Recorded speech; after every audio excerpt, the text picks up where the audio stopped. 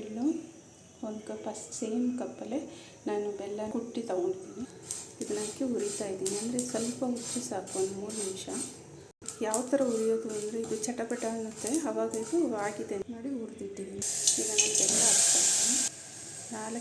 3 spoon ಇದಕ್ಕೆ 3 spoon ನೀರು ಹಾಕ್ಬಿಟ್ಟು ಪಾಕ ನೋಡಿ ಸಿಮ್ಮಲ್ಲೇ ಇಟ್ಕೊಟ್ಟು ನೋಡಿ. ಇವಾಗ ಅದನ್ನು ನಾನು ಈ ಥರ ಕ್ಲೀನಾಗಿ ಸೋಸಿದ್ದೀನಿ.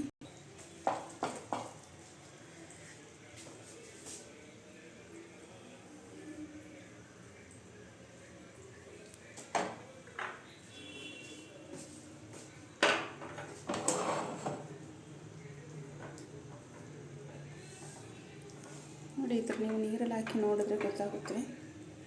ಈಗ ನಾನು ಇದಕ್ಕೆ ಹಾಕ್ತಾಯಿದ್ದೀನಿ. ಈಗ ಹಾಕ್ಬಿಟ್ಟು ಚೆನ್ನಾಗಿ ಕಲಿಸ್ತಾ ಇದ್ದೀನಿ. ಈಗ ತುಪ್ಪನೂ ಹಾಕಿದ್ದೀನಿ. 1 ನಿಮಿಷ ಬಿಟ್ಟಿದ್ದೀನಿ. ನೀವು ಕಲಿಸಿ ನೋಡಿ. ಉಂಡೆ